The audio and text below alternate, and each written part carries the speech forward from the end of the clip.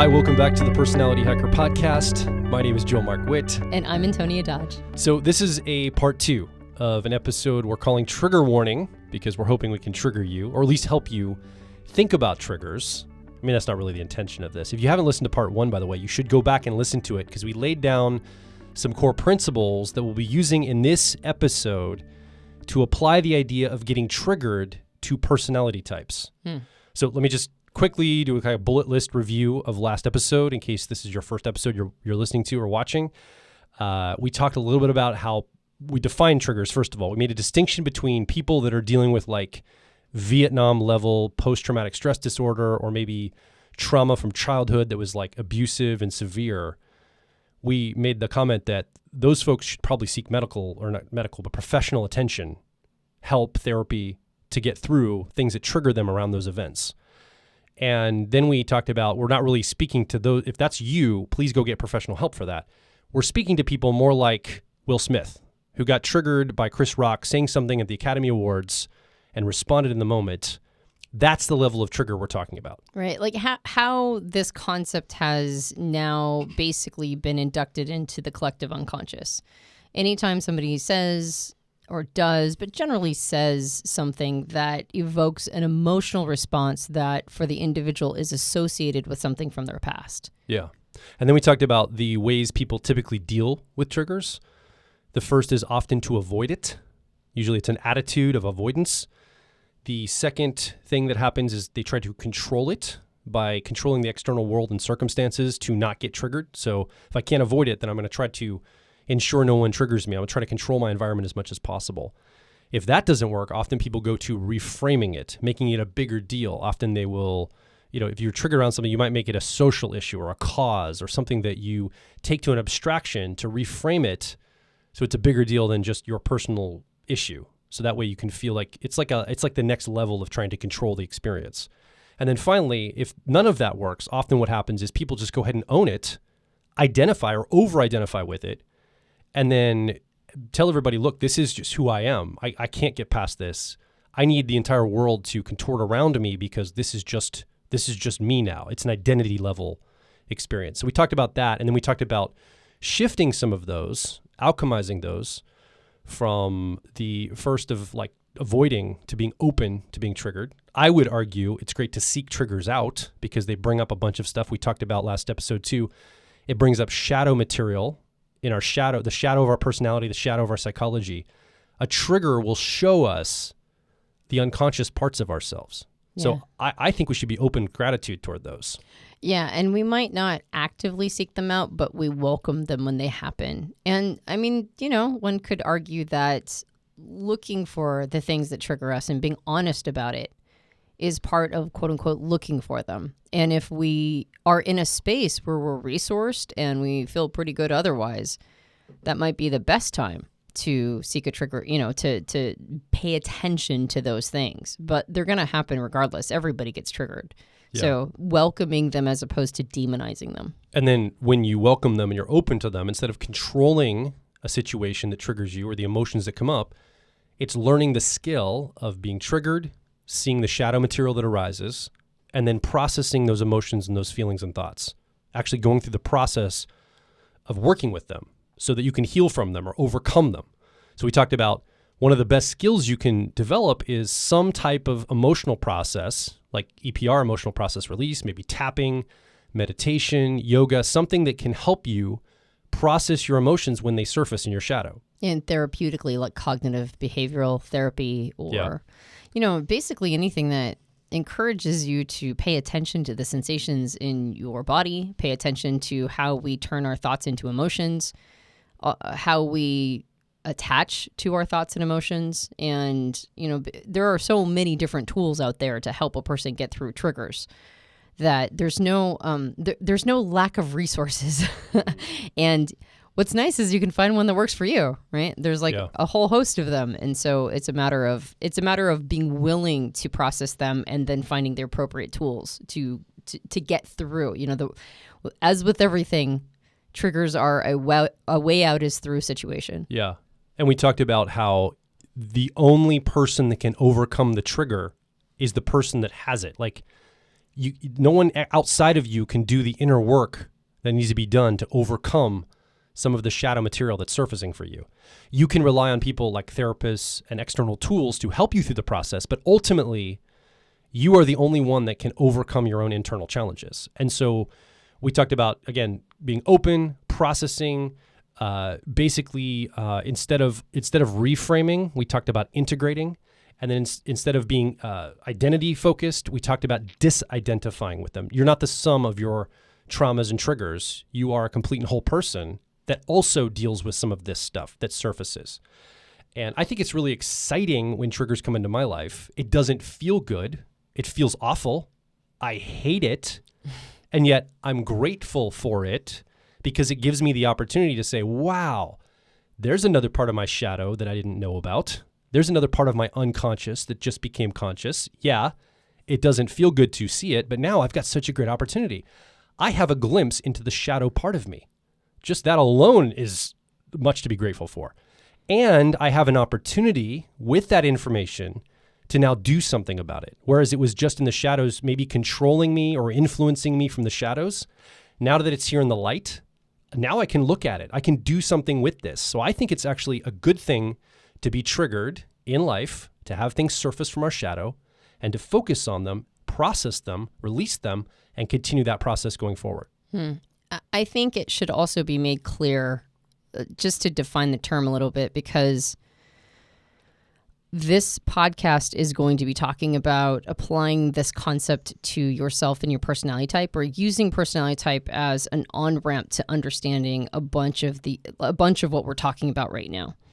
And this idea of shadow can trip people up. So the shadow is effectively everything that you are unconscious. You lack awareness around your own identity. It is the parts of yourself that are still hidden from yourself. And shadow work is best done with what's called a psyche-to-psyche experience, which is that another person is mirroring you back to yourself. Almost by definition, we can't see what is in our own shadow. Like, that's why it's there. That's why we've put it over there for a reason. And if we were willing to see it, we would have brought it out of hiding. Like, we kind of need people to trigger us and be mirrors and ping back to us what's going on. So the shadow is all the stuff that we are unconsciously or is unconscious and we are unaware of. And so when a trigger happens, I think a person could say, well, I know the trigger is happening and I know I'm unhappy about it. So wouldn't that make me conscious of it and aware? But every situation, circumstance, emotion, like every trigger is the emergent of an entire system running. And what lives in the shadow isn't the trigger. And what lives in the shadow isn't the emotion around the trigger. What lives in the shadow is the system that's operating underneath it that causes that trigger to be an emergent. So when you get triggered, you have some work to do. You have a bunch of content living underneath the thing you just experienced. You have all of this content that now can be unearthed. And sometimes it's complicated. Sometimes it goes way back. Sometimes it's, beliefs and things that we were propagandized into thinking when we were very young. Sometimes it's a bunch of emotional stuff. Sometimes it's our relationship to ourselves and, our actual honest assessment about our self-worth and value. Sometimes it's, it lives beyond any of those. Maybe sometimes it's just narratives about reality or your paradigm or cognitive dissonance or all sorts of stuff. And that lives in these places. And the triggers are actually, in some ways, they're gatekeepers. They're gatekeepers preventing us from seeing all this content because it's an attempt to not have to look at it. And so the gatekeeper is doing its job when it gets triggered, but also it can't be there forever because what it's hiding is important information.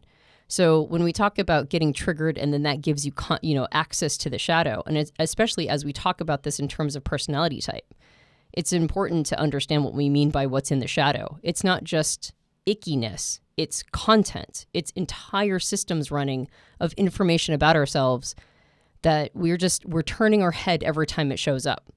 And I've been on about this. I've been on about this thing Carl Jung talked about. I've been basically using the word individuation like nonstop, endlessly for the past 6 months. In part because not that long ago, I went through a pretty deep, valley of deep shadow time period where I came out the other side understanding so much more about myself. And I think I finally had an experience of what it means to pursue individuation, to pursue it in the sense of individuation basically means something that can no longer be divided. And the reference to the original term is effectively of an atomic particle. Like it's been split as much as it can be split. That's it. It's a whole thing and it can't be split anymore. And individuation is a process of finding ourselves at a place where we can't be split anymore. Like there's nothing about ourselves that anything that's available to know at this time, we know. Now, it's a pursuit. It's a journey, not a destination. We're going to die before we fully individuate, but we can get closer and closer and closer.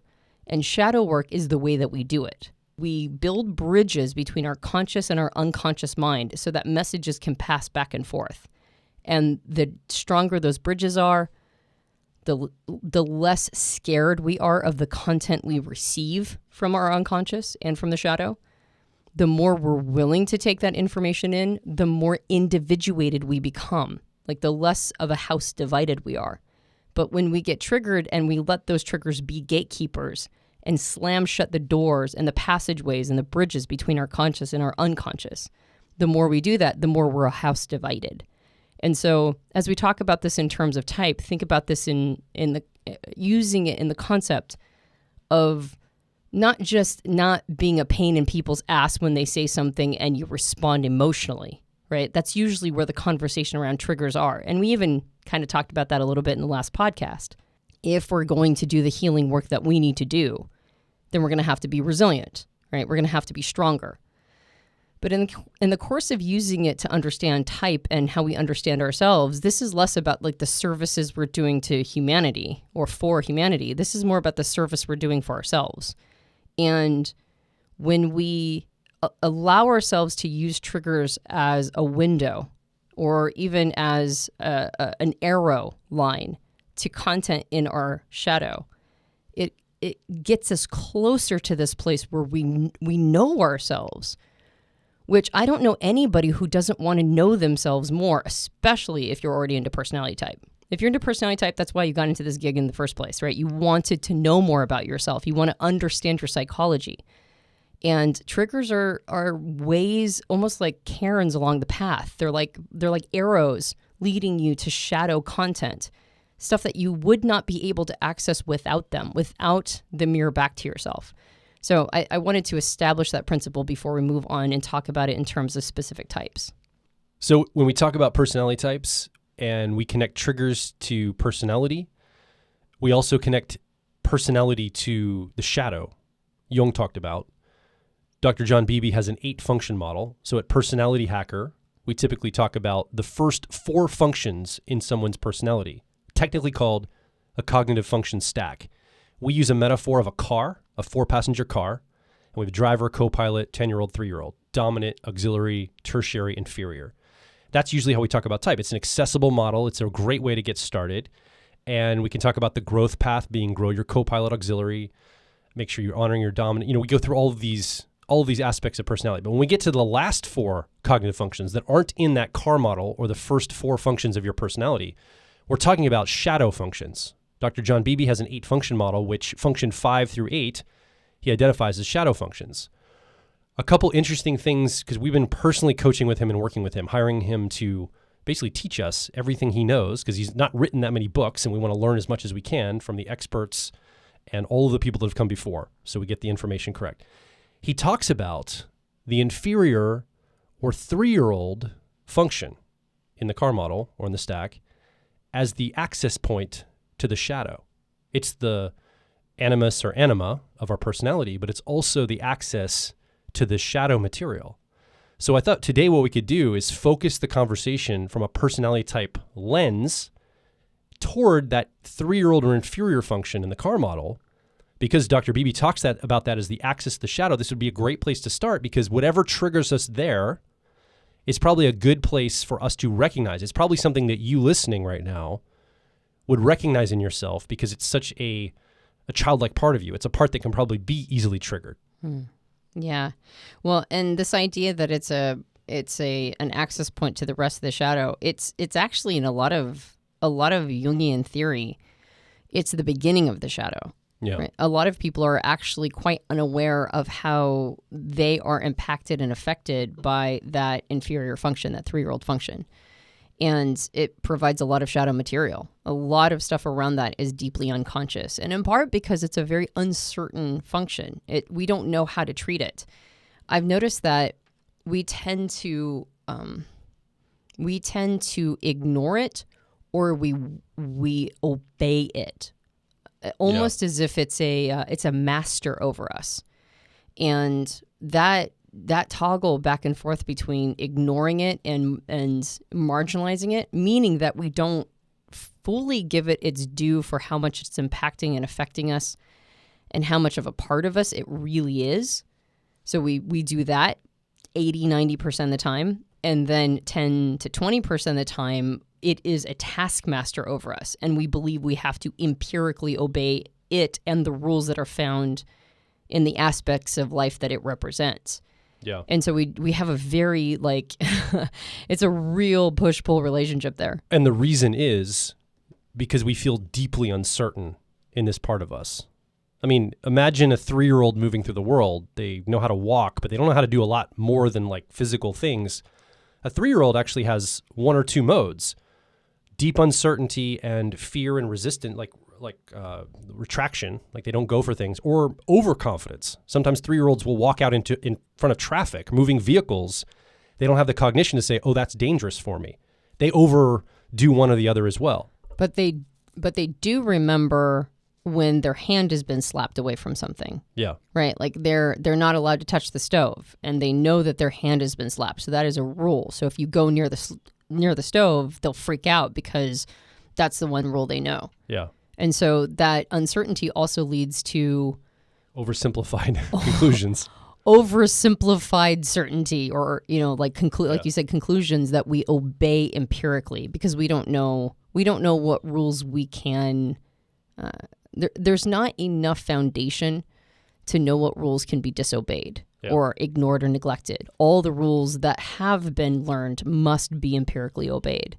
And so in some ways we almost, we hand over all this power to it. We hand over an insane amount of, we hand over a lot of power that we don't know is actually associated with our need to identify with it. Like the 80% that we're kicking over here is actually the terrain we need to be exploring, and the 20% that we're empirically obeying, we need to kind of let go of a little bit of that empiricism.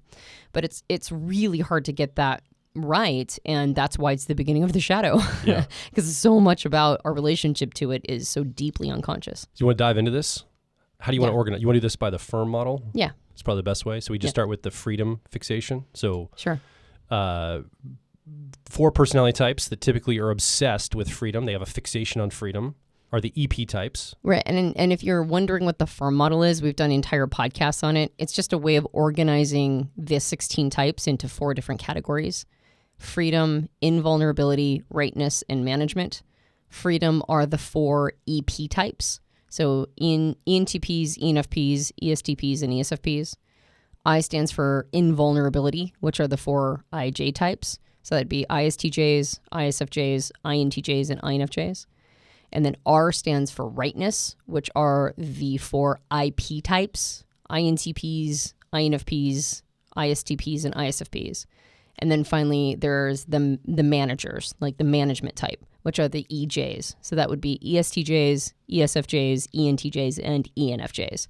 So as you hear us go through this model, it's a model that talks about our relationship fundamentally to our driver or dominant function, but you can find podcasts on the subject if you want to look it up at our website. Yeah. So let's just take the freedom fixation EPs for a second here. There's 4 of them.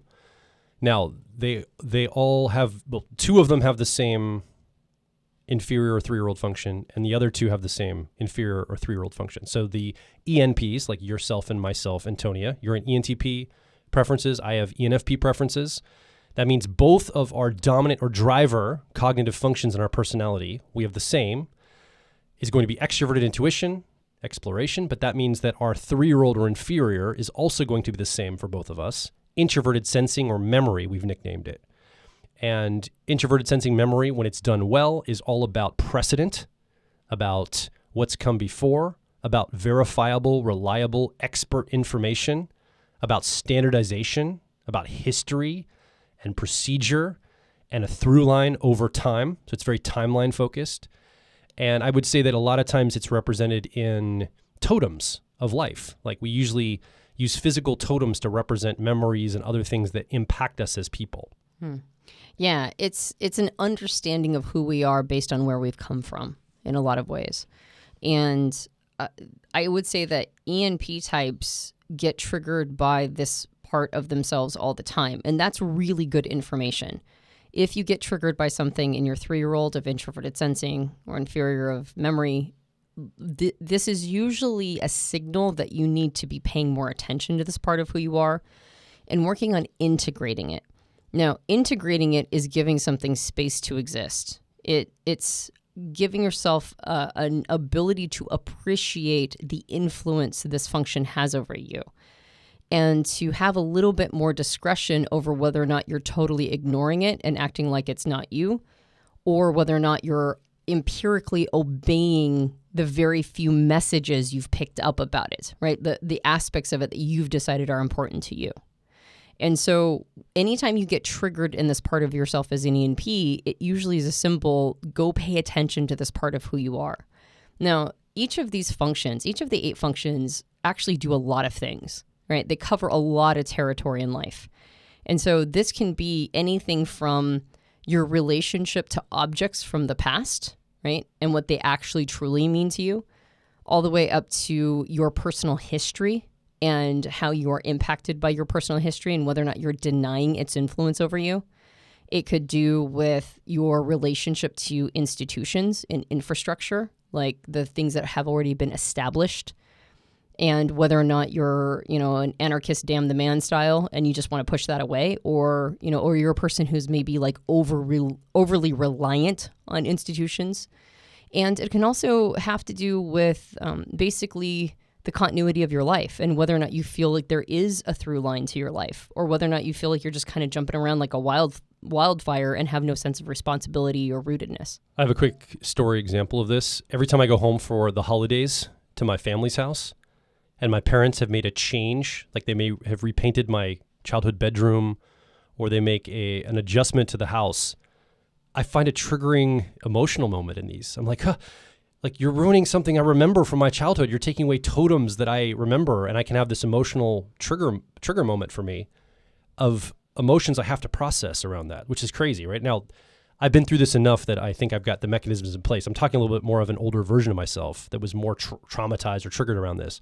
But that's an example of how this function might be triggered in a personality type similar to mine, either an ENFP or an ENTP. I remember your brother one time telling me, I think it was like Thanksgiving or something. And we were having a conversation about our the religion that I grew up in versus the religion you grew up in, and contrasting. And your brother, who has ESFP preferences, he said something I think that he thought was almost honoring. He said, because I said, no, I don't believe it at all, right? Like they were like, do you believe anything? Anything left of your past? And I was like, nope, not anything. I completely restructured all of that. And he goes, oh, I think that you believe some of it. There's got to be some of it with you. And I think that he was actually saying that in an introverted feeling, authenticity sort of way. Like there's got to be a continuity, like I think introverted feeling likes to believe that there's always something of it that lasts through all of the different changes of life and all the different cycles. Yeah. Like there's like a core whatever. Identity. Yeah, like a core self that just lasts through the whole thing. And I think that he was trying to indicate this as a sense of continuity in my identity. I don't get easily triggered. I very rarely get triggered, but I remember kind of being offended. I was like, no, Jason, nothing. I've kept nothing. and I got offended. Like I kind of got, I mean, I didn't show it because I have enough extroverted feeling or harmony not to go like, what do you mean by that? But I had to really think about that. Why was this offensive? Why was I triggered by it? Why did it give me an emotional response? Why didn't I just go, okay, well, that's your opinion of how humans work, and that doesn't match my experience, so whatever. Why did I get offended and triggered by it and emotional around it? And I realized it was because I was still close enough to the experience of having left, like it was within a 3 to 5 year cycle of me having left, that I hadn't yet revisited my youth to ask me how it actually did still have a hold on me. Like I didn't necessarily, quote unquote, believe the doctrine, but what was still cloying to me? What was still echoes of the past? How was I still being framed by this paradigm and the ways that it was going to probably influence me for the rest of my life? I hadn't made peace with that yet. So when he triggered that emotional response in me, what he basically did is he said, there's a bunch of stuff inside of you that hasn't made peace with your history. You have not yet worked out what your relationship to your past is yet. So you probably should go do that at some point. And what a gift, right? Because then I was like, all right, I guess I have some work to do. Rolled up my sleeves, tried to figure out, okay, what are the things that I've been keeping? And a lot of the stuff that was still there, it wasn't really doctrinal. It was more like values that I hadn't let go of and ways I saw myself, but it was more the things I was throttling. Like I was not giving myself permission to take honest actions for myself because I was still pitting against values and things that I had been told were inappropriate when I was young. And that was the big deal. Like the big deal was that I was denying myself things and I was throttling things that should not be throttled. And that was, that it took actually probably a couple years for me to really fully process that entire thing. So when we talk about processing triggers, we're not talking about just get over it. Just get over it. That's not what we're saying. Go get yourself in a sensory deprivation tank and, maybe do a little tapping on the forehead and it's going to be fine. You're going to be fine. No, we're like, process that and figure out the system underneath. It might take some months to really get through whatever was going on.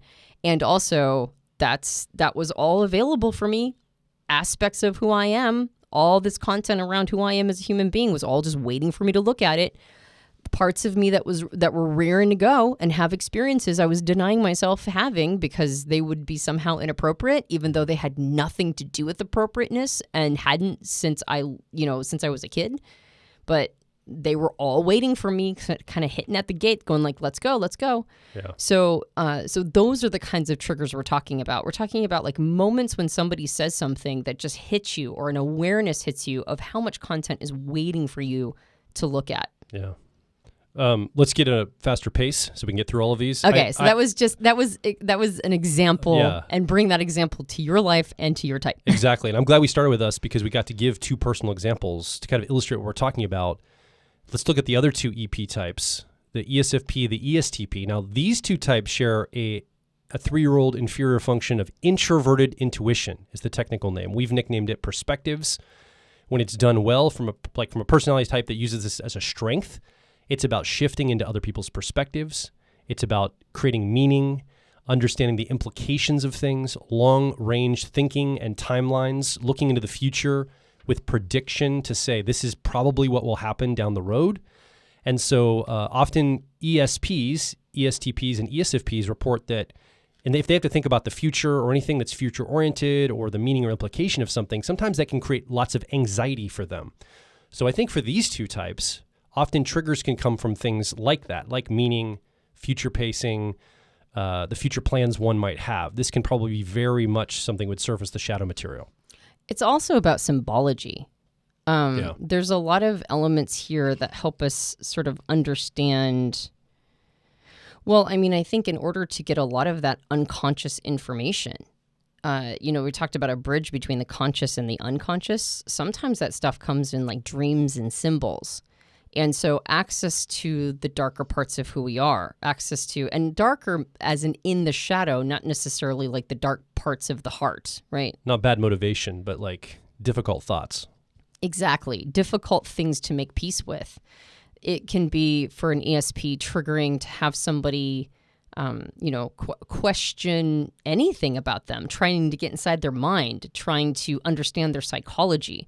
Because who knows what they'll find in there, right? If you've got a sense of uncertainty, like deep uncertainty around anything that you haven't personally engaged with, well, then if somebody comes up and like wants to sort of crack that nut, you're going to be all triggered. You're going to be like, I don't think I want you going inside there and seeing all this stuff that I haven't seen.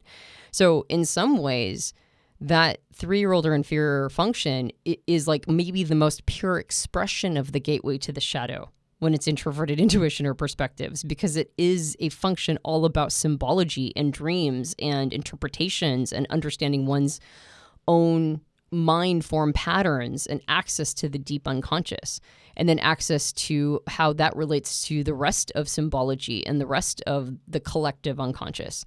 And so in some ways, ESPs have an almost pure expression of that gatekeeper or that bridge to the shadow. But they can be equally, like you mentioned, they can be equally triggered when somebody goes, so what's your 20-year plan? And then like their brain sort of like, the gears get all clogged up and they don't even know. And then they get upset that they don't know and don't make me think about that. And so in those moments, oftentimes it's about like, I don't have a plan, and have I made peace with that? Is there something inside of me that tells me I'm supposed to know all of this? And what do I actually want to know about myself? Is it what my mission is, my purpose? Is it a narrative about my life? I might not need to plan every step, but do I need to sort of understand what my through line is, not from behind, but into the future? And what haven't I figured out that I instinctively know that I should be paying attention to? One thing I've noticed about ESPs is if you insinuate something around their mindset, their intuition, the mindset, this can be deeply unsettling. It can cause a trigger, like the implications of something or how they're thinking about something. Like, oh, well, maybe you're not thinking about it. You're maybe like if I say something to an ESP, like, well, I mean, you're inferior intuition, so you might not be seeing the pattern. That can be very triggering because it's like, well, am I deficient now? Like it makes them feel something like they're not good enough in this way. Yeah, I think actually a lot of types have this challenge. But I think with ESPs, I am surprised by how many of them in profiling sessions report that they're overthinkers. Yeah.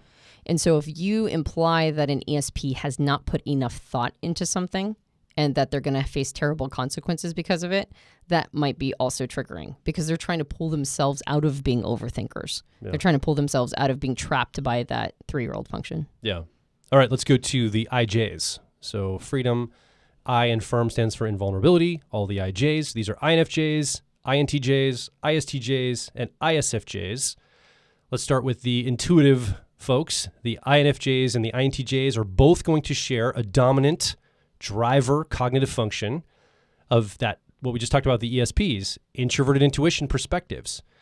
And again, this is about perspective shifting, long-range implications, timelines, or looking into a long timeline down the road. On the opposite side of that, the 3-year-old or inferior cognitive function for these two types is extroverted sensing. We've nicknamed it sensation. Sensation, when it's used by a personality type that uses this as a strength, is all about the present moment, about the 5 senses, but also beyond that too, the present sensory environment. It's taking a single perspective, the here and now. It's not time shifting to the future at all. And it's very aware of what's happening in this space, in this moment. And this is going to be a little bit of a challenge for INJ types. Like they often struggle in this area, and they can build skill here, obviously, but there's deep uncertainty about the present moment, about a single perspective, about all of these things, about the ability to generate energy really is one of the things I think a lot of INJs struggle with is, will I have this part of me that tends to generate energy? Will I have the energy I need for when I get to the moment I need it? Mm-hmm. Yeah, I think that sometimes triggers don't always look like a fence. Sometimes they look like avoidance, right? Well, I mean, that's what the first, port of call for trying to get around a trigger is to just avoid it. And as types that are focused on invulnerability, there's going to be a lot of avoidance behaviors. But I do see that INTJs have a tendency to get more offended by this idea of they're not moving fast enough. like if you try to push them. Because extroverted sensing or sensation, one of the superpowers it gives to people who use it is the energy to be in motion and the willingness to get on things quickly. And for INTJs, if you're like, you're dragging your feet, your life is going by without your involvement. Like you are not going, like you need to get into action. There can be this sense of like staying put, right? And not budging and getting offended that the other person is implying that they're not moving fast enough, that they need to be at their own pace. Yeah. Another one of these, I had an INTJ friend of mine get angry. He had been drinking alcohol. Clearly to me, he was intoxicated, inebriated. But to insinuate that to him suggested that he didn't know his own body well enough to register it. He was in denial. He didn't have a good read on it. He didn't know he was inebriated. He was actually attempting to drive at the time. And I was like, no, that's not going to happen. Deeply offended, because the idea is like, I should know my own body. I should know when I've had too much to drink. Yep. I think that's a big one too. And then I think this tends to be more of an INFJ challenge, but it's a self-consciousness around overindulgence. Like I remember suggesting to my INFJ mom one time that she should exercise more. And she was very offended by that. She let me know that she gardens and she goes on walks, and that's as much as she needs. And so there was this sense that that she didn't, like it was just kind of offensive that I would say that she needs to take care of her body more. But the other one I've noticed more for INFJs than INTJs, but I think it could probably cross or go both ways, is this idea that they've missed something. Right. I remember an INFJ that I knew was very offended by my insinuating that they had missed something about somebody, that they hadn't been paying attention. And I think that there is kind of this idea, when we're consciously in our dominant function or driver, like when we know we're playing that side, when we're sort of, an INJ is sort of in their own heads and sort of lost there, and you go, you missed a detail, they'll own that immediately, right? Yeah. They'll go, yes, I know, I missed it. But if they were paying attention, if they didn't think they were in that spot and they were paying attention, and then you insinuate that they missed some stuff, that can be deeply offensive. Like, what, you think that I don't have the ability to, to catch everything I'm supposed to catch? And a lot of times INJs are actually overconfident in their ability to catch things when they're paying attention. And that's not always the case, right? They can miss a lot of stuff. And so, and just by saying that probably is triggering some INJs out there. Like, what do you mean? I'm not missing anything. So there's a lot of different aspects that this can show up for INJs, that they're not present, they're not in their body, they're not taking care of their health, they need to get into action faster. This is where they gain their energy from, and that they're missing that detail, that this is a place of energy, that this is a place where they need to be present, grounded, right? They're too in their heads, which they'll acknowledge when they are aware they're in their heads. But if you insinuate that when they've been trying to be more grounded, well, then that's a place that could be triggered or triggering. And that's a bunch of content. What's the relationship you're missing with your body? What's the relationship you're missing with your health? How is life passing you by? What are the opportunities you're missing because you're still in your head? Like, there are life is going, right? It is on its way, and it is going to pass you by until you get into the action. And so all these things are really rich material for an INJ to make peace with, as opposed to saying, I should be able to do it in my time.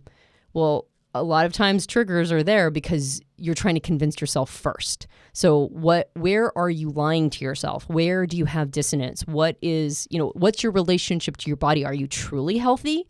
Or are you just saying that because you're comparing yourself to other people whose standards are even lower than yours, right?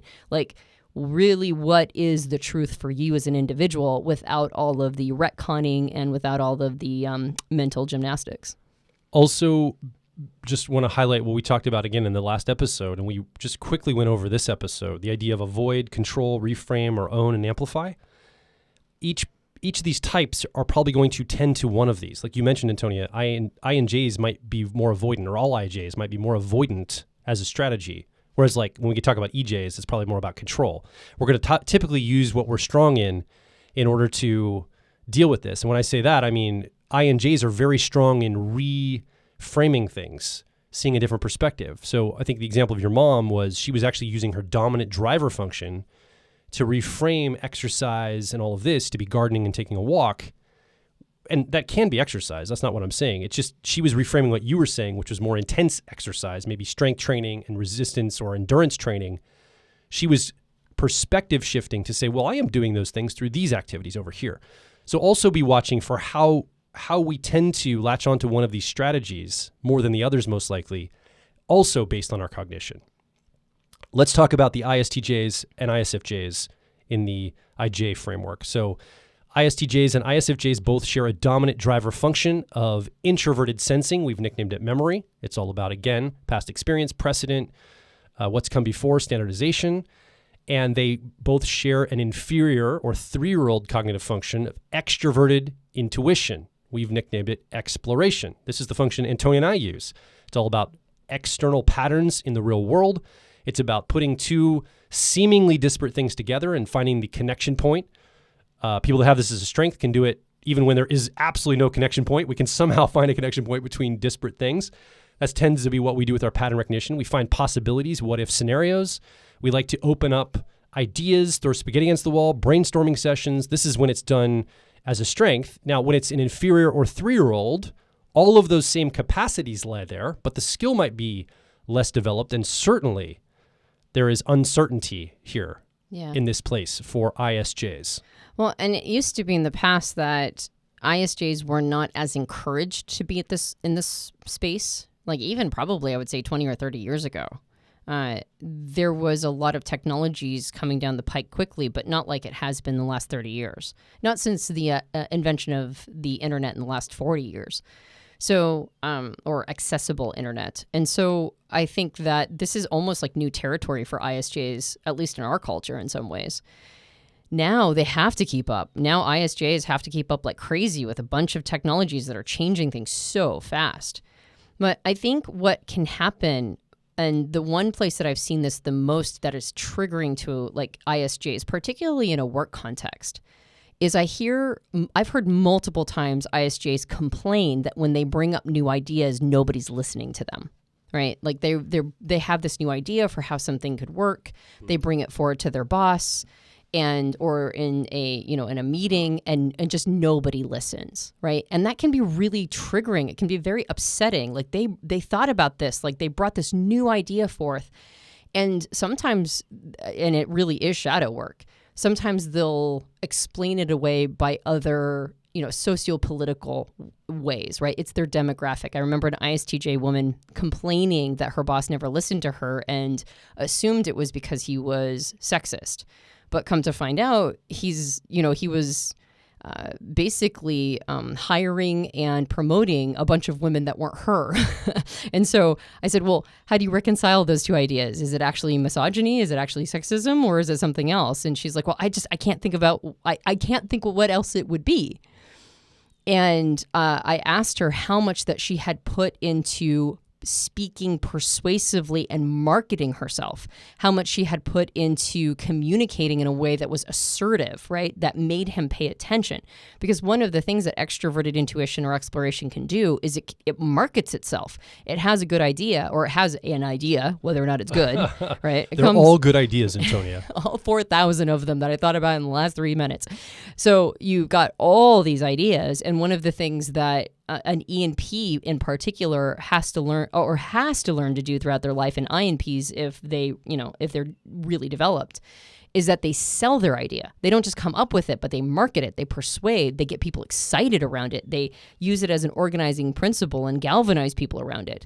But when it's a 3-year-old or inferior function, you don't always have that awareness. And so when you put an idea out there, it's like this beautiful, fragile little baby. And if nobody pays attention to it, it can be really triggering and very upsetting, right? And then the person will go into hiding because they're invulnerable, and then they'll avoid that situation again in the future and explain it away in other means. But there was all this shadow content for her to ask herself, why am I not marketing myself? Why am I not promoting myself more? Why am I not learning the communication skills to persuade another person to see my side of my idea?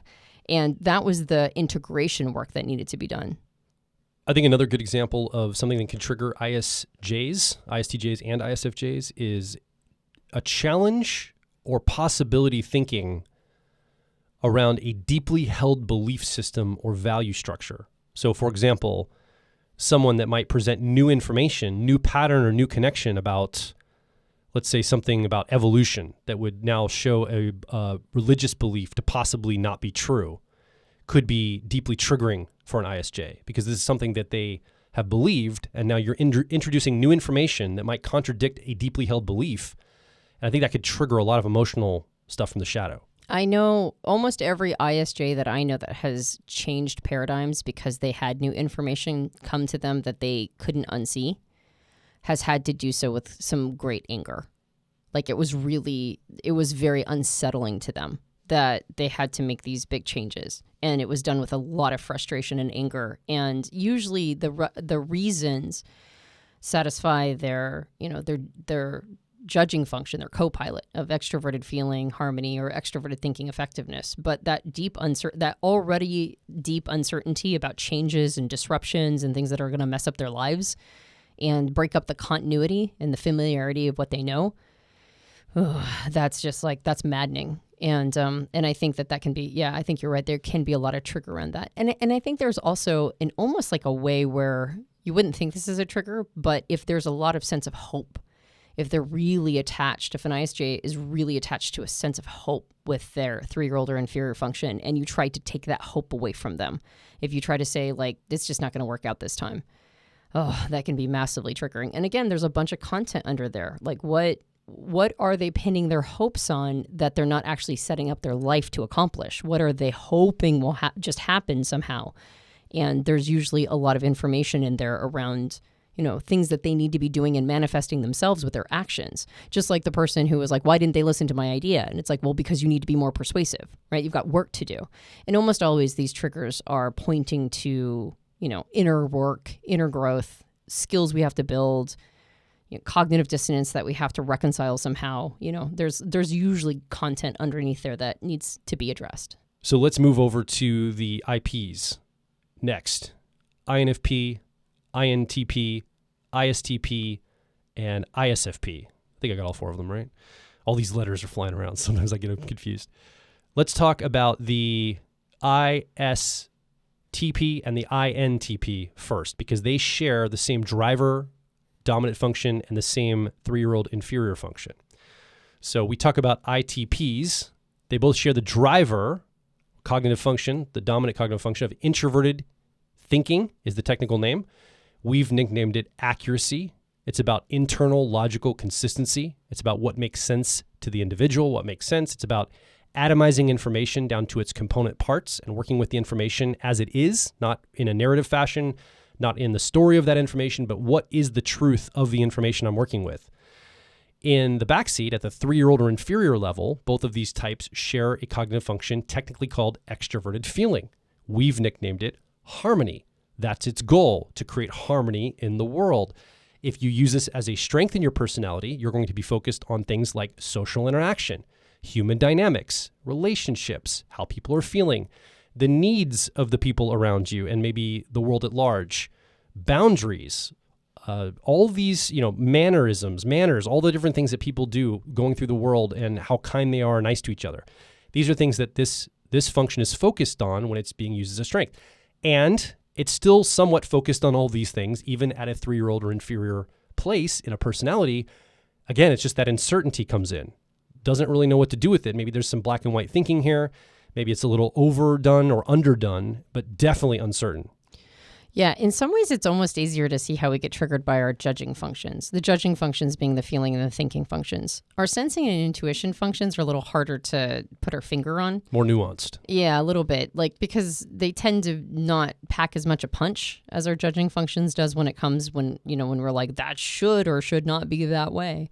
So I think it's almost easier to understand how an ITP is experiencing their triggers than it is all the previous types we've mentioned. So extroverted feeling or harmony is about, like you mentioned, all those things around relatedness. But one of the emergence that comes up is unspoken social contracts and connections and friendships. And so I think with ITPs, it's not hard. You don't have to scratch very far underneath the surface to see an uncertainty around relationships, and especially their ability to blend with society, or to say the right thing in the right moment.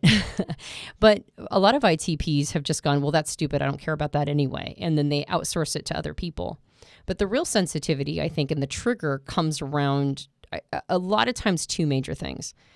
The first one is their ability to maintain relationships and not eventually have everybody hate them. That's the story of a lot of ITPs. A lot of it is everybody eventually hates me. And so they self-censor. They do a lot of things that, sometimes they create codependent relationships. They try to maintain the people in their lives if at all possible. And they usually have a story around how everybody goes, right? Eventually, I'm going to say something, you're going to leave my life. Or I have to bend over backwards to keep you there. And the sensitivity will show up in fights, conflict, when somebody accuses the ITP of being heartless, of saying something mean, of showing up inappropriate, of not knowing how to act. You can't read a room, right? You're tone deaf. If they're in a space where they're trying to relate to the other person, that hits them right where it counts. Now, if they're in their thinking process, they don't care. Just kind of like the intuitive, when they're in their intuitive process, doesn't care that they're missing sensory details. But if they're in a space where they're paying attention and you accuse them of not doing it, well, now it's sensitive. And the same thing with ITPs. If they're in a place of connected relatedness, and then the person they're in a relationship with, quote unquote, goes on the attack around this, right? Accuses them of insensitivity, saying the wrong thing, being unkind, or being unable to keep friends, or just maybe attacks the friendship itself or the relationship itself. Oh, that is very triggering to an ITP. That's the first one. The second one tends to be around social rules. If they've learned a social rule, and if it has been inculcated into them to care about those social rules, man, you want policemen for social rules? Get an ITP that thinks it's really important to obey them. And they'll be rigorous about obeying them themselves if they think that this is important, because they're always trying to, in some ways, they're trying to offset the other reputation that they don't know what they're doing here. And they can overcompensate by being a little too obedient to these social rules. What better way to demonstrate competency in a social situation than to get triggered when a rule or something that's expected is broken? Well, that's a great way to demonstrate, because I think ITPs in particular love to demonstrate competency. I want to be competent in all things, they might say to themselves. You might say this if you're an ITP listening. And so, well, the social rules out there told you this is how it goes. So to display competency here, I respond in this way. I get triggered when someone says this about this social thing, whatever. Right. Yeah. And that's not, I think some ITPs think that this is them getting really good at their 3-year-old function of extroverted feeling or harmony. In fact, I would say that a lot of these, the triggers, or the being protective around how people are experiencing those functions, is a lot of times what people think of when they say, well, I'm good at this part of who I am. But really, all we've done is handed ourselves over to it as a taskmaster. We just obey it implicitly, right? We're like almost worshiping it at this point and not crossing it. And so that's not really an integrated experience. And that's why when you accuse them of not being great at it, even though they've worked so hard, or if you offend one of those rules and they jump in and get triggered in its behalf, that's how you know it's shadow work, right? It's not an integrated part of who they are. It's shadow, right? It's unconscious around the systems going on underneath that need a person to understand that, well, no, social rules are not meant to be implicitly protected. And just because this is your culture doesn't mean that a person who's entering it and is unaware of the rules is somehow gauche or is unable to keep up with social propriety. It's like, well, that's just your version. There's a lot of them. And so I think that's something that can really come up for ITPs. What word did you use? Gauche? I've never heard. Gauche, I think, is actually how it's supposed to be pronounced. Gauche. I don't know what that means. Gauche, I think. I've heard it before, but I honestly don't know what it means. I probably mispronounced it. I do this all the time. I use words that I don't, but now I'm going to start using it, and just hopefully someone will tell me what it means. But you know what it means. It means Well, I mean, it's like, in the context of how I used it, it's like, it's like you're a person who doesn't, you're kind of... Not with it. Well, yeah, you're like, you're sloppy. You're like sort Gotcha. of socially sloppy but I don't know, because now that I've used it and you called it out, I'm like waiting for somebody to be like, you've totally used the word gauche in the wrongest way possible. I remember that years ago. Somebody was like, you can't use beg the question the way you're using it, Joel. That's not the accurate use. And I'm like, but that's how I've always used it. I always see it on TV used that way. Like, how is it? So I use words I see used. Somebody recently came after us for using the word professional in a way they didn't like. And it was like, really? Okay. Did we trigger you? Are you triggered around the word professional? Let's talk about the other two IP types. So these are INFPs and ISFPs. Now, both of them are going to share a dominant or driver function of introverted feeling, technically called, and we've nicknamed it authenticity. It wants what is the most authentic expression of an individual. It's interested in things like motivation, drives, the human experience, all of the internal emotional responses and understandings based on moving through the world. This is what this function does well. The opposite of that, which is the 3-year-old for both ISFPs and INFPs, is technically called extroverted thinking. We've nicknamed it effectiveness. This, when it's used as a strength, is focused on metrics, outcome, applying thinking to the outside world, like the actual physical world around us. And it's about getting results. It's about finding what works and delivering a result at the end of the day. IFPs can have a lot of insecurity around this. Our world is set up, just like we talked with ITPs, for social environments. Well, with IFPs, it's set up to get things done, to go to your job, to accomplish tasks in the outer world. Like, you're measured on the things you do, not who you are. And so for IFPs moving through the world, this can be deeply challenging for them. Yeah. In some ways, it's easy to figure out how IFPs are triggered, because IFPs don't hide their triggers. When they get triggered, they let you know usually. And so this might be one of the easiest ones to observe. And in some ways, that's good, right? There's what crosses you supports you, and what supports you crosses you. If you are associated with your feelings around things, and you can experience every time you get triggered, because a lot of these types we're talking about, ETPs, we don't know when we get triggered. We're like, oh yeah, I guess I was upset back then, right? Because we're not associated with how we feel when we're feeling it. The rest of us know when you get triggered sometimes. Yeah, yeah, everybody else knows. I just don't know. You were really upset back there. I was? Well, you went at him pretty hard. I did? Right? It's like, oh, I guess so. So in some ways, it's kind of nice that I'm not getting triggered all the time, but how would I know if I was, right? For IFPs, it does seem like there's a disproportionate amount of times that they get triggered, but that's just because they're aware of it every time. Yeah. And so in some ways, they have maybe one of the most sophisticated tools, or access to the tool that gets them into the shadow, which is why, maybe some of my best mentors around shadow work have been IFPs, right? Because they're like, there's the way, it's paved. So how that shows up for them in their 3-year-old or inferior, though, is the classic, why do I have to prove my value in my career or job? Why can't I have value as a person? Why do I have to produce things? Why do I have to go out and have a job that I hate? Why do I have to have career capital? And there's this sense that, it's like, if I have to prove my value and worth in this way, well, then the system is the problem. It's like, well, everybody needs to interface with the outside world. And so the attitude about having like this kind of jacked up, what you'd call a persona, or the interfacing with the outside world, the attitude, the damn the man, that's pretty classic IFP, dealing with that extroverted thinking or effectiveness 3-year-old. I think another way it can show up too is when they put themselves in positions of leadership and management, which I think actually happens more than people understand or give them credit for. I know lots of IFPs that are in positions of leadership. And whenever that happens and you push against their leadership, or tell them that they're doing a bad job, or that they're not keeping up with all of it, and you question that part, that can sometimes be highly triggering, because it's a place of deep uncertainty. Now, oftentimes, it's because they don't have the system set up that they need to have.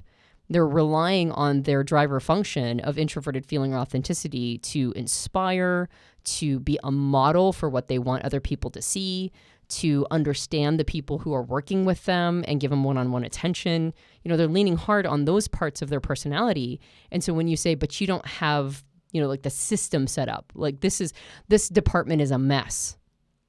It's like you need to be putting resources to this thing, right? Or you don't have it set up well enough. Ooh, that can be a real hit against an IFP that isn't the anarchist damn the mankind, is the kind that like really wants to make something of themselves and have an impact. I think another thing too is to insinuate that they are lazy or non-industrious can be very triggering. And especially because I think a lot of IFPs, how they account for not necessarily knowing how, like not having the proficiency to set up external systems that can run on their own and just handle a lot of the deliverables for them. That's not their skill. They might be able to operate one of those systems, but setting it up, managing it, it can be stressful. So what IFPs often do is they stay busy a lot. They keep in motion to keep doing a lot of things. If I just keep doing things, they might say to themselves, all of this will get done. I'll have all the results I want. So to somebody that may be working all the time, 12-hour days, but the results aren't there, but they're still putting the work in, to insinuate they don't get things done or they're lazy or something like this could be deeply triggering because they see themselves, they're experiencing their world as busy, moving, and doing a lot all the time. So I think that's another access to the shadow for IFPs. Yeah. And finally, sorry, IFPs, you've given us a lot of material because we know all the things that drive you crazy because you let us know. And I think finally, being accused of being irrational. Yeah. That can be really, really triggering to an IFP. Or being required to show proof for the feelings they have. Like metricize these complex emotions you're feeling about this thing. And now it's like, that's triggering to me. Yeah. Well, and the insinuation that I haven't put any thought into it. Yeah. I'm just emotionally driven. Well, and again, the gatekeeper is there to prevent somebody from looking at what's going on under the surface. And a lot of times, FI users in general, but IFPs in particular, need to make peace with the fact that even if they do the math, if their feeling goes against the math, they're going to choose their feelings, not the math. And that's usually the thing they're trying to run away from, believing that will be highly discrediting to the outside world. And that's usually the thing that's triggering, which is I care a little too much about other people's opinions of the conclusions I've come to, even though I don't really want to acknowledge that. Same thing with the ITPs. Like 80, 90% of the time, they don't give two craps about what society thinks about them. And then that 10 to 20%, it's all they care about. Right. And so it's that part of them that they don't want to see how much they care, how much this means something to them. And that's usually the content that's living in the shadow, which is, well, what if you did care? What would that look like? Would it change anything? Is it okay to care? How do you integrate that part of who you are? All right, let's talk about EJs last but not least. So on the firm model, freedom, invulnerability, rightness, management, one of the ways that EJs handle their world is they take management, control over their environment often. So that's why we've put them down as management. These are ENTJs, ESTJs, ESFJs, and ENFJs. In the Myers-Briggs system, let's talk about the ENFJ and the ESFJ first. They both share the dominant or driver cognitive function of extroverted feeling or harmony is what we've nicknamed it. Again, it's focused on social rules, connection, boundaries, all sorts of social things, right? We just covered it in the last section. Relatedness. Yeah. In the backseat at the 3-year-old inferior level for EFJs is the cognitive function technically called introverted thinking. We've nicknamed it accuracy. Again, at the 3-year-old level, accuracy is a little bit uncertain about all the data, all the principal component parts that can't be distilled any further. Sometimes EFJs have a difficult time letting go of the narrative and just holding and sitting with the information itself. And often anything that would insinuate to an EFJ that they haven't put thought into something, if their intelligence is called into question, their logic, like the way they process or logic through a solution or a thought, sometimes this can be deeply triggering to their shadow material. Yeah, if they get pushed back on their beliefs, right, and the things that they feel like they've thought about and figured out, if there's some pushback. I think these are pretty classical EFJ triggers, right? Like this idea of like a person insinuating that they're not as intelligent or they don't know as much about the topics that they're interested in. Because a lot of times EFJs have done a ton of research, a ton of thinking, consulted a lot of expert opinion on it. Sometimes highly credentialed. Often, right? EFJs are the ones that you walk into their office and they've got like 20 different certificates hanging, on their wall behind their desk chair. So they're usually highly credentialed. But I think there's an attempt to offset that ability to be triggered, like by questioning their competence, their content, their ability to know and understand, and their access to all this data and information. There does tend to be a desire to get the credential to prove that the outer world gave me a stamp of approval on what I know. And so that's leaning on extroverted feeling or harmony, like the social systems and institutions set up in order to give me that mark of approval to offset any insecurity or uncertainty I would feel in my 3-year-old function. But I think the one that's really been coming up for me over and over is that introverted thinking or accuracy is a function that wants the truth no matter how bad it hurts. And because of that, it tends to be an almost relentless critic. Now, we've talked about an inner mean girl voice. Doesn't matter what your gender is. You have an inner mean girl voice if you have introverted thinking or accuracy as a 3-year-old function. You just can't get rid of it. And that mean voice, that critical voice, is something that is a little too easy to push on. It's a little too easy to trigger. And in large part because that voice is actually intended to be a friend. The higher up it is in the stack, like for ITPs, they want to know, how am I failing? How am I doing it wrong? I want to optimize myself. I want to do better. Like, don't soft sell it. Tell me how it is. Like, I want to know because I want to perform and I want to have optimized performance. So the voice that goes, you did this wrong, you did this wrong, you did this wrong, is a friend when it's a driver function. By the time it gets to your 3-year-old in that place of crippling uncertainty, it is an enemy, right? It is the voice of an enemy. You did this wrong and you did this wrong and you did this wrong. And the FJ is like, oh my God, I can't even like get it out of my head because there's already this sense that I'm doing everything wrong, right? Because of that voice. And so it's actually not difficult to trigger at all. In fact, it might be one of the easiest to start questioning them, to start pushing back against their logic, to start questioning whether or not that they're being honest with themselves, whether or not they're being honest with others. Just accuse them of lying. And when that is a very easy way to trigger an EFJ. I'm not saying go do it, right? Because it's a terrible thing to do on purpose. But if you are an EFJ, one of the good things to know is that these triggers have a lot of content and data living underneath them if you can make peace with them, but you have to sit in the uncertainty of it. And that's the thing with all of these functions. There's so much uncertainty that comes with them. It's hard to just sit with it, to sit with the trigger because it comes along with this it's an icky feeling. It feels gross, right? It almost feels icky and gross to be so uncertain about this part of who you are. And yet underneath lives a system of, are you borrowing other people's belief structures and not thinking what you authentically believe? Are you letting yourself off the hook because you're comparing yourself to other people as opposed to comparing yourself against your own standards? Is this relentless voice a voice of your own standards for yourself that you're not matching? And is it because you've borrowed these standards from others, or are they true for you and you need to get work to match them? It's like, oh, it's so much content. It's so much to get through. It's so difficult. And yet there is a real opportunity to listen to that voice, even though it can feel brutal. So when we talk about ENTJ and istj personality types, both of these personalities lead with a cognitive function technically called extroverted thinking. We nicknamed it effectiveness. And again, this is about outer world metrics, what works, what gets the job done, measuring things, applying thinking to the outside world. Opposite of that, at the 3-year-old inferior place for both of these personality types lives the cognitive function technically called introverted feeling. We've nicknamed it authenticity. And for ETJ types, this is again a place of deep uncertainty. It's about identity, about emotional processing. A big one for ETJs is intent. When someone suggests to an ETJ that they had bad intent for an action they took, man, that could be deeply triggering for them. They can just immediately get to a triggered place.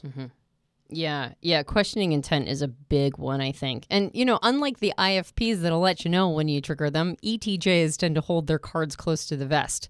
So you're going to have to poke the bear a lot in order to get this kind of content out of them, what's triggering to them. And to extroverted thinking or effectiveness, you don't give away that kind of information because it can be weaponized against you. So if you're an ETJ, you might have to connect this to your own life experience. Obviously, all the types do. But you might have to really be looking out for it because you might be hiding it even from yourself. Well, and I would say that a suggestion of complex intent can also be something triggering, because I think ETJs, they would prefer, if you could, just see very simple, like yes, no, that was good intent, bad intent is the level I think a lot of ETJs wish they could see this part of themselves and other people. But when you suggest like, well, that person had both good intent and bad intent blended, it's really a mixture of both. It's a complex intent structure. Sometimes just that idea can be triggering to ETJs because it threatens the thing that they want, which is management and control of their environment. Complexity really obscures that. It makes it difficult to gain command or control of a situation because now nuance means you can't just set a standard and forget it. You have to take each incident in its contextual meaning and its like localized implication. You can't just abstract it and say, well, this is how it's always going to be, one size fits all. Yeah, I think that especially if an ETJ hasn't done very much work with their 3-year-old or inferior, it's real shadow work. I think that becomes a real problem, is that complexity, right? Like just keep everything really simple. I think though that what lives in there is a more complex idea of their own identity. And all of those nuances that you're referring to.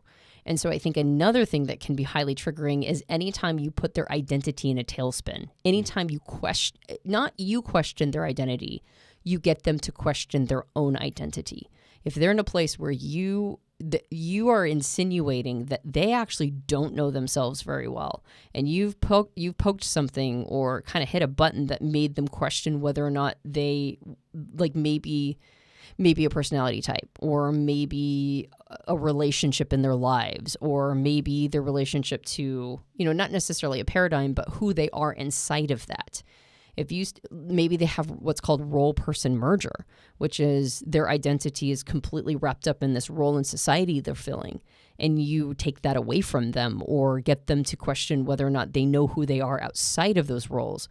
Oh, that can be really triggering and really destabilizing. I think on top of that is questioning their ethics, right? And there is a tendency for ETJs, and they don't always let you know. Sometimes they'll let you know. Sometimes they'll say this. But you can usually tell in their demeanor. They have a real soft spot for the underdog. ETJs do. They like that's something that introverted feeling or authenticity gives to all users of that function. Yeah. Is a soft spot for the underdog. And at the exclusion of others, right? Extroverted feeling or harmony wants everybody to get their needs met, but introverted feeling or authenticity is specifically focused on the underdog. And it's because they sympathize with somebody who's been neglected, set aside, thrown away, right? That thing has value, and we're just not seeing it. So if you insinuate that the ETJ is cold or heartless, if you attack the underdog, that will be highly triggering, right? If they think that the underdog is being treated poorly. Or if you insinuate that they are cold and they identify with somebody who is not cold because they have that compassion and sympathy for the underdog, that can itself be highly triggering as well. This idea that they, that they're not nice people, right? That they're just stepping on top of the vulnerable to get to where they want to be. So as we went through all the different personality types, we just looked at the 3-year-old inferior function. We didn't talk about every possible way you and your type could be triggered. We just started here as a quick reference point just to get an idea of the things you might be triggered around in your personality. And we wanted to show you how it's an access point. The material that surfaces when you get triggered allows you to see your shadow and the shadow material that's coming up for you so that you can actually process that, work through it, grow past it, Mm-hmm. and become a better version of yourself on an ongoing timeline. Yeah, and this language for it, like you said, Joel, this is not an exhaustive list, right? It's not comprehensive. We as individuals are going to get triggered by all sorts of things, right? Things that don't necessarily have a one-to-one correlation with type, and it doesn't all add up. But what understanding the system does is it shines a light, like it points us in a direction that goes, that's a thing that might be happening to you. And now that we have language for it, we have one degree of separation from it. Not that like I'm a terrible person who keeps getting triggered or you're a terrible person because you keep triggering me. But this is a phenomena that happens. And do you identify with the phenomena? That one degree of separation, that space from the self and the phenomena, a lot of times gives us just the amount of space we need to be able to start identifying these things and go, oh, that's right, this is content. There's a system running under all of this. There is information about myself that lives in this experience, in this phenomena. And I can when you get triggered, by the way, the moment it happens, you're not doing any sort of processing. Yeah. Especially in early days. If you haven't done a bunch of trigger processing in the early days, you're just getting triggered, right? And so you're going to have to, do the do and ride the wave. Like you're just there and you're mad and you hate everybody and you hate yourself. And then when things get a little quieter, as opposed to doing what we always do, which is forgive and forget and push it away and kick the can to the side and keep it all in the shadow, as opposed to doing that, now we know maybe I should reevaluate that. Maybe I should study it. There's a pattern here of how it could be affecting me. How's that pattern playing out in my subjective experience, in my personal experience? And how can I make a little bit more space to be able to see what's going on?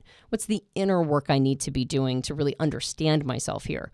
And where might I have some dissonance with myself? Where might I be allowing myself to be a bit of a fantasist about who I am and not making peace with some of these components that point out that I'm not so good here?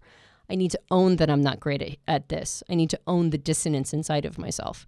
So at the time the trigger happens, especially if you've not really done much of this work, there's no anticipation that you're going to get it on the first try. You're not even going to get it on the 300th try. Like everybody gets triggered. We call it a minute to be human, right? You stub your toe, it hurts. Ow. If for a minute you're swearing at the thing that you just, stubbed your toe on. And that happens with triggers all the time. So it's not like you're going to get to a place where if you're triggered, you're going to somehow beautifully get through it. It's that if you do this work, first of all, you get triggered a lot less. Second, you get to meet aspects of yourself that are hidden in shadows and start to gain more territory about who you are. And third, when you have a trigger, you're not hiding from it, running from it, projecting it out as other people are the bad guy, introjecting it and making yourself the bad guy. You're just taking it as it is, even if that happens a couple hours later when you cool off. I'm glad you said a minute to be human, because I want to walk through a little bit of a how-to here, just to make sure to land this in a practical way for you listening. When a trigger happens, a minute to be human is great. If you can give yourself a full minute before you respond, that's awesome. And what you're doing is you're slowing the timeline down. So something happens, a trigger moment happens. If you can just not react to the situation, but instead create a time delay and respond to the situation, you're already light years ahead of how you were before. So one of the things that I've really practiced on is when I get triggered, I just slow the process down as much as I can. That's the first step, is to slow everything down and do not react. Go into like an emotional or a psychological bullet time. Exactly. And then the next thing, that in that moment that I'm slowing everything down, I'm immediately identifying that, yes, I was triggered. Number two, I want to approach it now with two primary energies. The energy of gratitude, thank you for this information, and the energy of curiosity. What could it mean? Those are the two energies that I'm going in with. Now, when you're in the emotional state of a trigger, you shouldn't necessarily go and explore what it means. It's just to anchor those things in, to say, I'm grateful for this. Clearly, there's information here for me. What you actually want to do at the end of stretching that time is to process the emotion in the moment through some technology, tapping, meditation, breath work, EPR, which is emotional process release, something that you can deal with the heightened emotional state. Because if that emotional state gets a hold of you, you won't be able to respond. You'll instead react. So you stretch the time out, you approach it with the energy of curiosity and gratitude, and then you deal with the emotion in the moment because you can't unpack the content of the shadow until you get through the experience you're having. You know, your flesh is hot to the touch, and your brain is on fire, and your pupils are dilated. You're focused on the issue at hand, and the emotions are rising up in your chest and your body, and you feel it all over yourself viscerally, or whatever the experience. It might be sadness, grief, anger, whatever the emotion is. You need to process that right there. And then at that point, when you've processed the emotion, now you have a reference point of something that triggered you and brought up information. Now, once the emotion has been handled, now we can start to look at that and say, what do I need to do to address this directly with this information? You might want to journal about it. You might want to write it down. You might want to capture that to then start doing some personal growth work around this new information that was presented to you. Now, often it's not new information. Often this is a trigger that's probably happened over and over again. But with this new awareness from listening to this podcast and taking some of these ideas to your life, it is somewhat new information because it's information that now you feel you can do something about. You have agency over to, again, process through it. And there's short-term in the moment emotional process and release, or processing the emotion. And then there's long-term addressing the actual shadow material over time, which takes, like you said, Antonia, that takes a while. You can process the emotions right now, but everything that led to those emotions might still need to be addressed over time. Yeah. When you have introverted feeling or authenticity, sometimes it's a little easier to slow your emotions down. As a person who uses extroverted feeling or harmony, my corollary to what you just mentioned is to leave the physical space that the emotion was created, because it's almost like the emotion gets locked into a physical space. And so one of the things that I've done with you is that when I get triggered, and if you're the person who, quote unquote, was the catalyst, you were the trigger, you're not the problem, but you were the catalyst. In those moments, I have set an expectation that if I am too upset, I need to physically leave. Now, sometimes I'm terrible at it. I just want to spew piss and vinegar, and I stick around, and I shouldn't, right? Because it's not a minute to be human. It's like 25 minutes to be human. But in those moments, the smartest thing I can do is to go, what I say is, I'm not hanging up the phone. Right. That's our sort of safe phrase, which is I need to physically leave the space. Now, I say I'm not hanging up the phone because you had a relationship with somebody in the past that when you guys got in an argument, she'd hang up the phone, and then it was over. And when I left the room, you were like, you're hanging up the phone on me metaphorically. And I'm like, I'm not hanging up the phone. I just have to physically leave. Yeah. And so a lot of times for me, one of the best ways to control my emotions, or at least not project onto you things that I actually need to introspect about myself, is to say, I'm not hanging up the phone, set that expectation, and then physically remove myself for, sometimes it's like 3 to 5 minutes, and then I'm much better. Yeah. So that can also work, as to just either slow things down or physically leave the space. I think that's a great point you just made, because basically you're saying I already have a automatic scripted response when I'm triggered and I feel like I'm about ready to react. I have an already decided upon action, which is to remove myself from that space, if possible. And the moment I do that, then I can start to reflect and respond rather than react. So this is the other thing you might want to do. If you have a hard time slowing that process down, you might want to already know what your plan of attack is going to be when a trigger happens, implement your plan immediately, and then regroup, and then do the other things I talked about. So that's a mechanism to maybe slow it down. You might have to take an action to slow down your response time or your reaction time, which is totally valid. I mean, whatever works for you and how you're wired as a person, I think that's a great thing. So we kind of gone through, we talked about last episode, all the different types of like ways to look at triggers. What does it mean? What do we mean by it? In this episode, we talked about applying it specifically to type clusters, different personality types, and we looked at it through the lens of the inferior or 3-year-old cognitive function in your personality. What do you think? What's coming up for you? What is surfacing? What's triggering you, quote unquote, or what's at least sparking thoughts or emotions in you? We'd love to hear from you. You haven't been able to talk to us. You haven't had a microphone in this conversation, but we want to hear what your thoughts and feelings are about this. Come over to personalityhacker.com. Directly below this episode, you can leave a question, a comment. More importantly, you can share your story, a personal story about an experience around something maybe you were triggered around, how your personality type relates to triggers, something like this. Can be powerful because it gives us a glimpse into the lived experience of your life. And so other people can hear that, share their experience with you, and it can get a community conversation going around this idea. And if you enjoyed this podcast, you can subscribe to us on iTunes and various Android platforms. If you're watching us on YouTube, you can subscribe to our YouTube channel as well. We have a book. It's called Personality Hacker. You can get it in all major book retailers. And if you leave us a rating and review on Amazon or on Goodreads, that also helps us out.